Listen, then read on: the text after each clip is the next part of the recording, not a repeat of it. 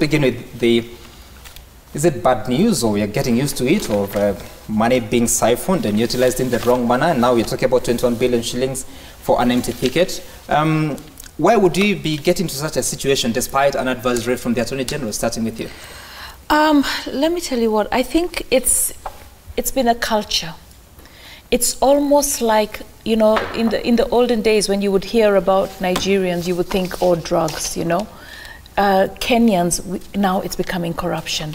We might not be the top country, but I think we're getting there very quickly. It's a headline every day, it's becoming normal, and that is a dangerous place to be. And I think the reason why impunity, it's because you get away with it. You know that your godfather will protect you. You know that the system stinks from the top to the bottom. So it's business as usual. And it's very sad because the results of corruption breeds poverty. Kenyans are poor. If you go into the slums, it's the donors that are holding Kenyans together. All right? Donors. The donors pull away because they'll say, our taxpayers' money is being misused, and your taxpayers' money is just going into the pockets of leaders and of people affiliated with leadership. I mean, it's the fact that it's becoming normal. And I really feel that if the president is looking for a legacy, he should not look for any other legacy than to firmly and decisively deal with corruption the way Rwanda did. Right. It doesn't matter whether it's his brother. He said it once. It doesn't matter whether it's my brother. It doesn't matter whether it's my best friend. All right? Now, the question is, for me, just dealing with corruption and locking them in, and they'll have probably never sleep in prison, they'll leave in the evening. You know, there's arrangements to be made. Corruption, again, takes another role. I think the most important thing is recovery of these assets, putting it into a fund that will actually deal with slum upgrading so that we can rid Kenyans of the poverty in the informal settlements. We need water, we need sanitation, we need better housing, we need better health facilities, we need better schools in the informal settlements. Majority of the kids in the informal settlements are schooling in Mabati schools, even in this capital city of Nairobi. So we need to make sure we deal with corruption, we recover that money, and we actually plow it into the informal settlement, because the slum dwellers are the ones who are bearing the biggest brunt of corruption. Okay, and I look at the front, the page 5 of the Daily Nation, that the DCI has summoned 107 companies connected or believed to be in possession of crucial information in regard to an Italian firm, which is under investigation for allegedly offering bribes in exchange of tender awards for the construction of 2 multi-purpose dams in Elgeyo Marakwet. But understandably from the stories is that even the officers of KVDA, they do not know where this land is supposed to be. And they have named several companies, including Containers, that is affiliated with Simon Nyachai, a politician, Sansora Investment Limited, and the directors of Tusker Mattresses, now Tuskies, said to own this. So she talks of going after the suspects and nailing them, jailing them. But then again, you look at how this money was utilized. An advisory was given, it was not followed. Nothing stops us from getting ourselves into such a situation when we are pursuing another program, another project. What must we do now to ensure that these are the last stories that we have to pursue? I think the hope that I feel myself is that it is the DCI after them. So the system is working. I mean, it could happen and nobody gets to find out about it. But then I think the sadness is in what 21 billion shillings can do. I mean, it is so much money. That is the amount of money you need to sort out Nairobi problems of water, or Murang'a, or any other county. So it's extremely, extremely sad. And I like what you're saying about these cases not happening again. You know, we're in a country where this is 21 billion shillings, nobody has resigned yet. Nobody has left office. I mean, we have lost all shame in terms of how we handle corruption. So I'm hoping that the DCI gets to the bottom of it, that we see people taken through the rule of law, but more importantly, that these things don't happen. And one of the proposals we now have is that the Auditor General of our country, you know, we read the budget with a lot of pomp. And commit a lot of money to most of these projects. But nobody ever comes back to tell us, what did we do with the money? So in the reforms, and we are hoping that the reforms take shape, we are going to be asking that the Auditor General has a day in Parliament, reads before the country how we have spent the budget that we allocated last year, so that we can take on these cases before too long and before 21 billion is lost. And I hope that that will help us fight corruption. But as for now, I mean, it's just to hope that they really get to the bottom of this. 21 billion shillings is too much money, you know, just down the drain. I mean, if you look at how many roads, that's almost the size of Thika Highway. So the loss is real, and the loss is heavy, and the loss is regretted. What are your views, Mheshimiwa Waruguru? Thank you, Sam Gistuku, for hosting me this morning, and my co-panelists, the Honorable Priscilla and Honorable Pasaris. I think we're just getting to the bottom of the ongoing conversation around corruption and graft in this country. And speaking as a Jubilee legislator, I must say this is exactly what the President promised that he will start doing, and this will be part of his legacy, that he's going to spare nobody, including his own brother.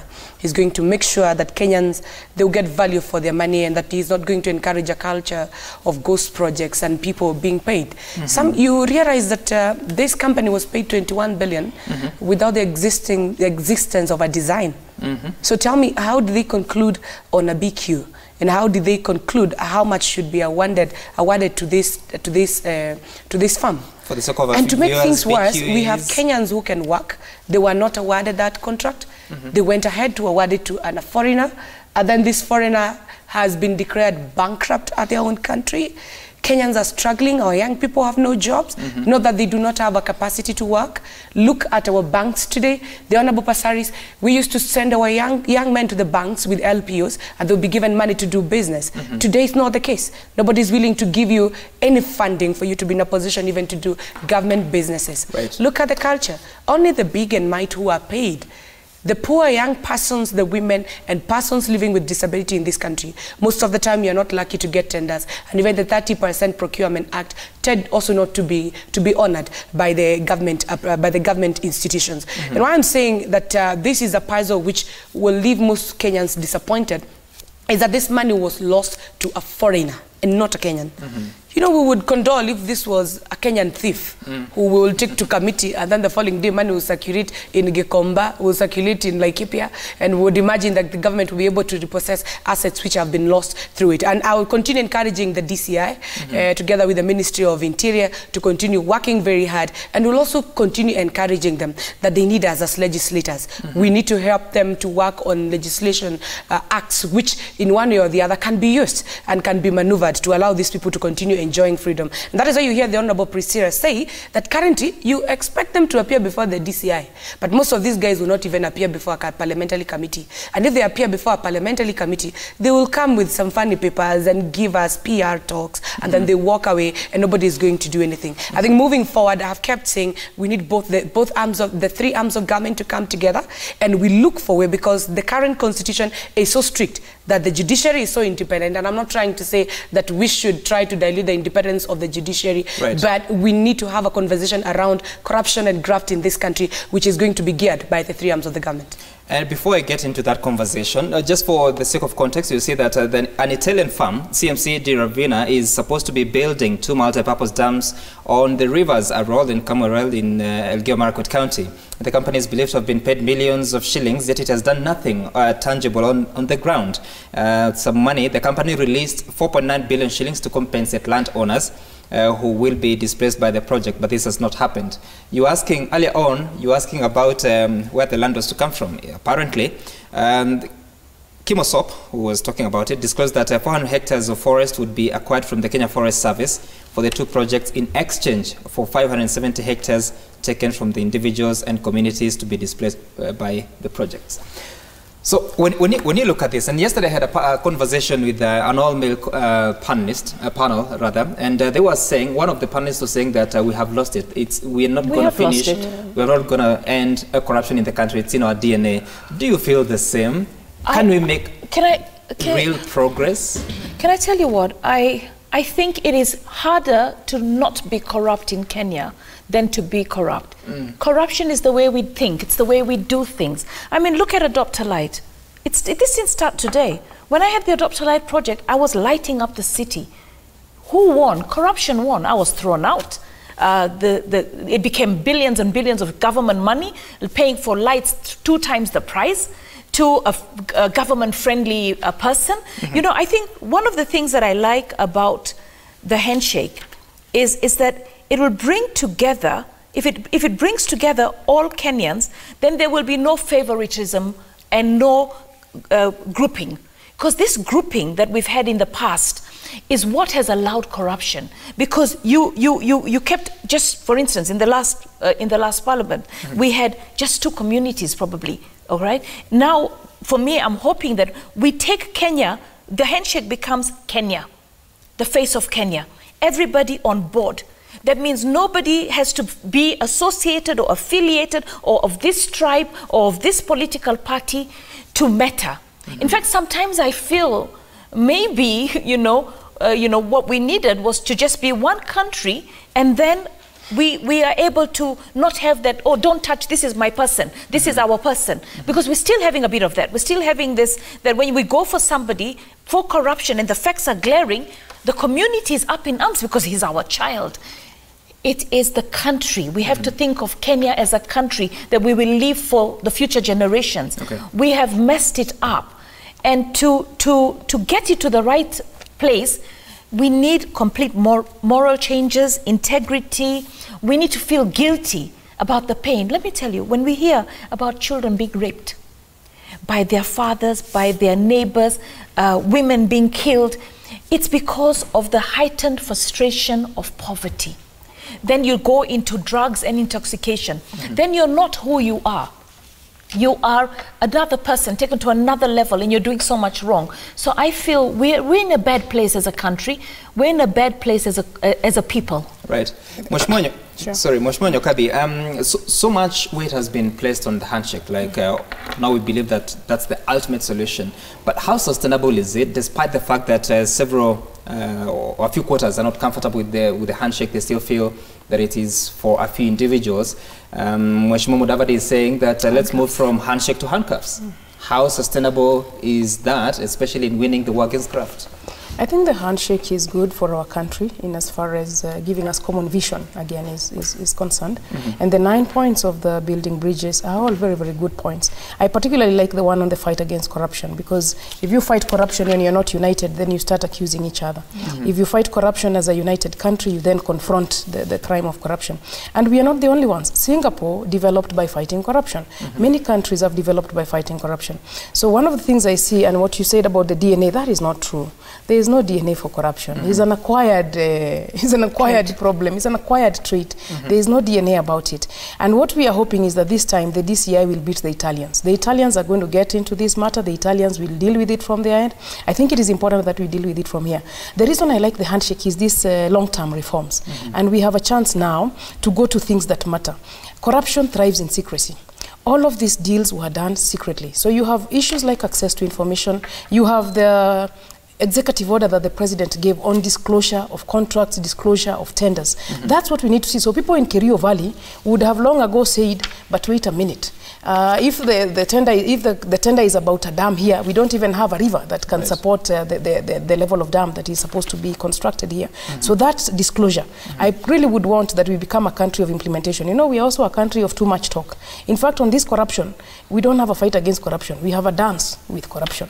So it is time we stopped dancing with corruption and fought it as we need to. That disclosure policy of the president needs to be enforced so that we can know early on how much money is set aside, what is the company that is going to do this work, how much preparation has been done. If all of those things are done in secret, by the time you get to this, it's far too late. 21 billion shillings is already lost. But I'm hoping the DCI goes as far as recovery. It is not just after the 107 farms. It is that 21 billion is recovered, put back into the national kitty so that it can do the work it was meant to do, which is to give water to Kenyans. And finally on this, Mheshimiwa Waruguru, when you look at all this and the conversation and what they are saying about this situation, what do you think is one thing that we must do if indeed we are to win this war? I think we need to change our way of thinking. I've just listened to my good neighbor, the Honorable Pasaris, talk about political parties and corruption.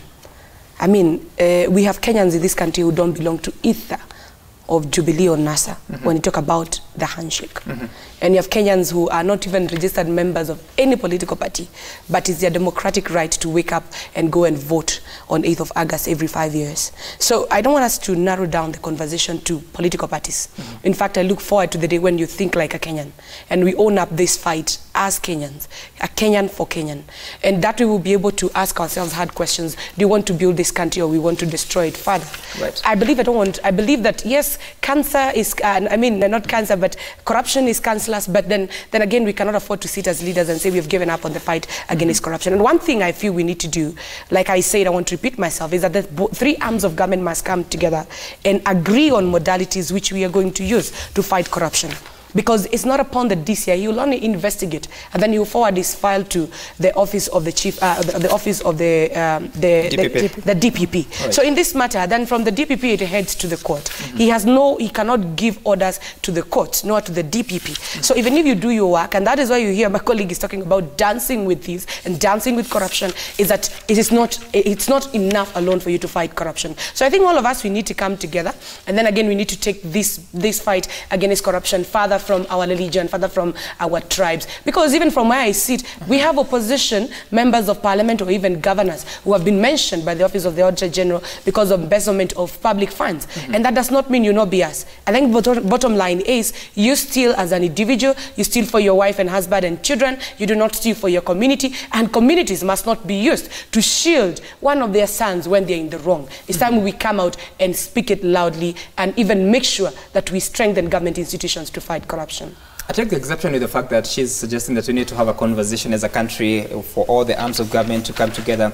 A few weeks ago, there was an anti-corruption conference at the Bomas of Kenya, and all the agencies were there. We saw the DCI, the DPP, the EACC sort of attacking the judiciary for some bail terms that they were giving. And then the Chief Justice comes and says that we can only make a judgment based or a determination based on the evidence that has been presented to us. And number two, you should not be prosecuting dozens of people. Prosecute a few, use the rest as witnesses. So I don't know, which other conversation is this that we must have to make sure that everyone does their job? You know, I feel that the biggest problem with our country is our laws. Right now, you have the governor. He's not a signatory to any of the expenses in his county, but he's the one who drives the expenditure. Okay, so you will find that you've got the county secretary, a junior person employed by the county, who is going to be signing all the contracts, instructed by the governor. All right, she makes a little bit of money, or he makes a little bit of money here and there, but all the instructions from the governor. But the governor is not a signatory. Okay, the procuring entities will be the PSs or the ministers or the CSs. So for me, everybody has to be a signatory. Government money needs accountability from the top. So when the government is committing itself for any expenditure, let Uhuru Kenyatta sign. When the governor is committing himself to any expenditure, the county is committing itself to any expenditure, let the governor sign. When a ministry is committing itself to any expenditure, let the CS sign. This business of frying the small fish and the big ones are continuing with their lives, continue doing the same deals, continuing to amass a massive amount of wealth is the problem in Kenya. Accountability. I, as the woman rep, I don't sign anything. I want to sign. I want to be able to see the statement. I want to be able to see how the money is moving, you know. And I find that this system doesn't work. So sometimes you have sleepless nights. You're wondering what is happening with the account, what is happening with the fund, because you have a fund manager, you have an accountant, you know, the district accountant, and then you are the woman rep, but you're not a signatory. And I have found that as a challenge, because I say, when things are happening in my tenure, I want to be a signatory. I want to see what is going on. Mheshimiwa Pasaris, just to cut it short, when you said, how practical is that? Because I understand that how government works is that there has to be the executive part or the secretariat that has to do the work. And then, for instance, yes, the accounting officers. For instance, if it's a decision made by the cabinet, it's made at a cabinet meeting. So the cabinet still takes responsibility. Yeah, but you see, let me say something. All these stories that you're having about the governors and the money, none of the governors are going to serve time.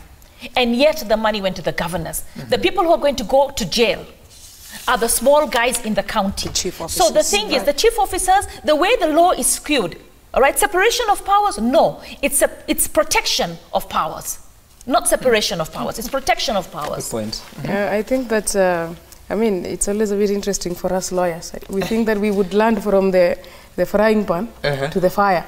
If governors were to sign checks and members of parliament were to sign checks, oh my God, I mean, we are already in as much trouble as we could be without them signing checks. And there are good reasons around separation of roles. There are good reasons around accountability, and there are good reasons around, I mean, because part of the corruption, and we have to say the truth, is also how much our politics cost.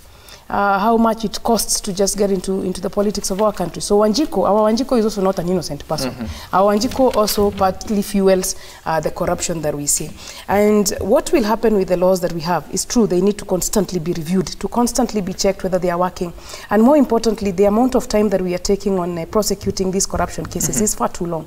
I think that period needs to come down to 6 months, like what happens with the election. Would that require legislation? Petitions. I think it requires legislation. We also need to make corruption-related offenses non-bailable. We used to have that in the old constitution. We had some offenses that were not bailable. I think it is time to take back that position that offenses that are related to corruption are not bailable. But I think that the laws that we have should be respected, and we should see responsibility, and we should see accountability.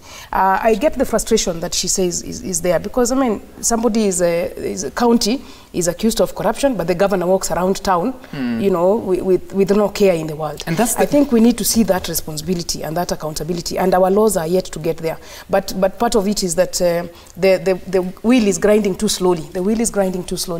In fact, our corruption cases are such that when one starts, you could go on for 3 years, 4 years, 5 years, and then eventually the case disappears. The blame game bit is what makes me feel like we need to harmonize, because the legislative arm have an agenda to make sure that the loopholes, which are normally manipulated by criminals or even suspects in this country, we seal it completely. And that cannot be done without the goodwill of the parliament and the goodwill of the executive arm, so that we strengthen the judiciary arm. Do you have it now?